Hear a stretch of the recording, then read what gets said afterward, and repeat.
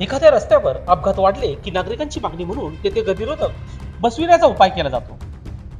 या तात्पुरत्या उपायामुळे नागरिकांचा रोष कमी होत असला तरी अशास्त्रीय पद्धतीच्या गतिरोधकांचे दीर्घकालीन तोटे लक्षात घेतले जात नाही. नांदगाव शहरात विविध प्रकारचे गतिरोधक पाहिले तर नेमके कसे असावे यासंबंधी प्रशासन यंत्रणा समन्वय नसल्याचे दिसून येते. या विरोधात काही सामाजिक संस्था आवाज उठत असल्या तरी त्यांची फारशी दखल घेतली जात नाही.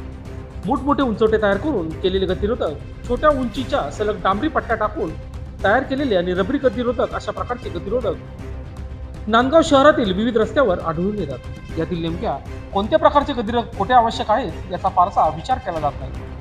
नागरिकांची मागणी आणि नगरसेवक नेत्यांचा रेटा असला की कशाही पद्धतीने गतिरोधक रात्रीतून बसविण्याची किमया नांदगावमध्ये झालेली दिसून येत आहे. यावर नियंत्रण ठेवणारी यंत्रणाही हतबल झाली की काय